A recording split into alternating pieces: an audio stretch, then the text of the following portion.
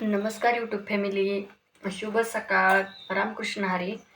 तर मी आज केली शेवग्याची शेंग.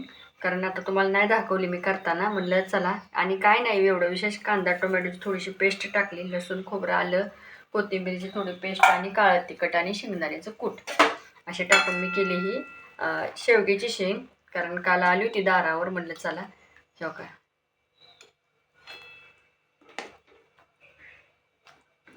आणि इथं केलाय भात. थांबा तुम्हाला भात पण दाखवते. कुकरमध्ये केलाय भात आणि इथं केली शेवग्याची शेंग. कशी झाली मैत्रिणीनं मला नक्की सांगा. म्हणलं चला आता झाली भाजी पण, आता चपात्या करून घ्यायच्यात. आणि दाखवणार होती बरं का तुम्हाला मी, म्हणलं दाखव मी कशी करते. पण म्हणलं जाऊ द्या, तुम्ही तर नेहमीच्या भाज्या बघताच माझ्या कशा असतात ती. आणि जशी मी वांग्याची आमटी करते ना, तशीच मी शेवग्याची शेंग पण करते ही बघा.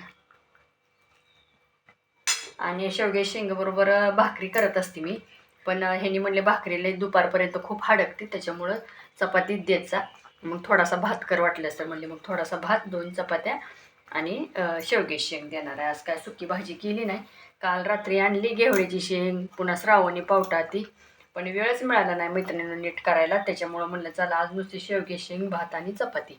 आणि मला जेवताना दुपारी टाकत असते भाकरी. करायला लागली मैत्रिणी चपात्या. तुम्ही म्हणाल आज एकदम शॉर्टमध्येच हे करायला लागली. काय झालं, शेवग्याची शेंग मी दाखवावं म्हटलं तुम्हाला.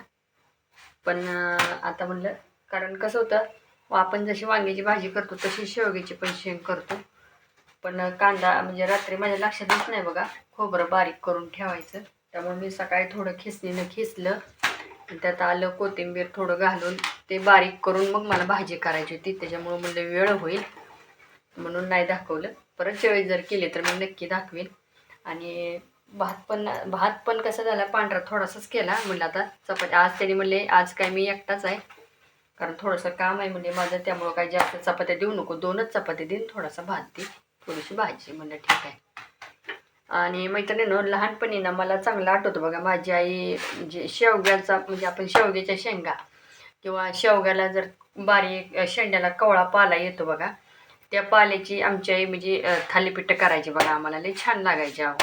आपण मेथीची भाजी, पालकाची भाजी कशी घालतो ना त्यात, तशीच ती शेवग्याचा बारीक पुढं शेंड्याला पाला असतो ना कवळा, ती पाला टाकायची, आणून असं बारीक असं हे करायची, स्वच्छ धुवून त्यात टाकायची आणि त्याची थालीपीठ बनवायची. इतकी भारी लागायची. आणि देशी शेवगा पाहिजे बरं का, देशी शेवगा असल्याशिवाय नाही चांगलं लागत. आणि अंगणवाडीत पण सांगायचीच की हो तसं, की लहानपणी की शेवग्याच्या म्हणजे काकडी म्हणा, भोपळा असू द्या, कारण लहान मुलं तर अशा आवर्जून काय खात नाहीत. त्याच्यामुळं ते म्हणायचे की थालीपीठात टाकत जावा. आणि मस्त खरंच लय छान लागायचं हो पहिलं, काय पण असेल ते.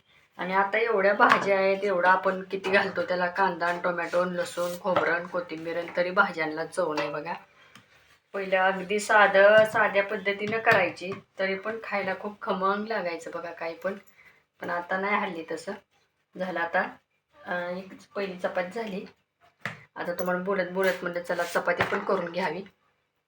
आणि नंतर कुकर गार झाला की मग डबा भरून घ्यावा लागतोय मला. आणि आता कामं पण वाढलेत साड्यांची ती मैत्रिणीनं, त्याच्यामुळं आज डबल व्हिडिओ म्हणजे असं 2-3 दिवस झाले मला डबल व्हिडिओ टाकताच येणं झालाय. सकाळचाच तेवढा स्वयंपाकाचा काय होईल ते.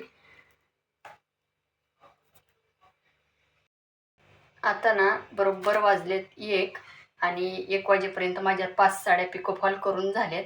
त्यातल्या 3 साड्या कस्टमर घेऊन गेलं आणि आता राहिले 2.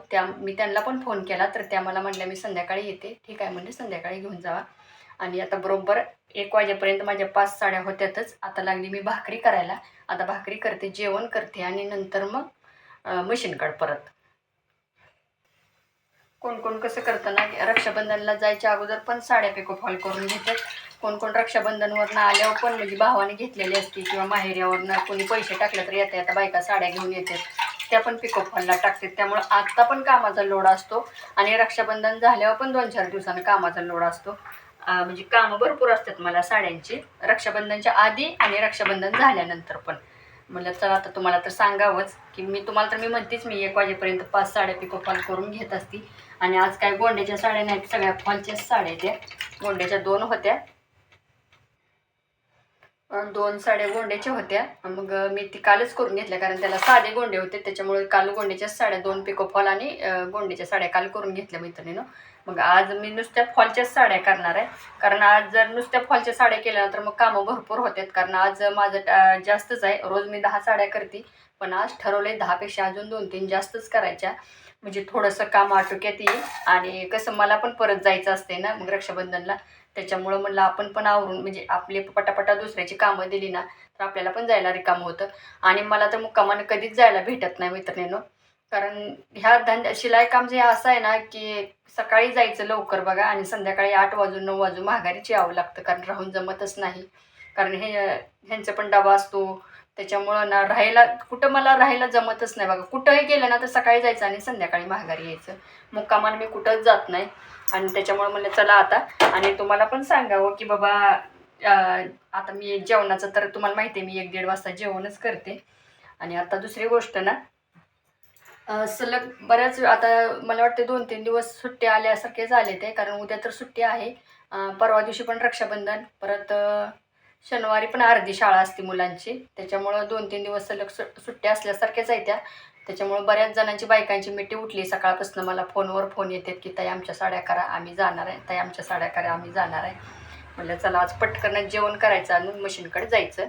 तर मी तुम्हाला दाखवते. तुम्ही तर शेवग्याची शेंग मी भात केला आहे, पण आता मला भाकरी केली, तर मी कसं मला ताट वाढून घेतलं आहे ते पण तुम्हाला दाखवते. चला, ही बघा, मी आता मला केली एक भाकरी अगदी पातळ, एकच, थोडासा आज भात खाणार आहे मी.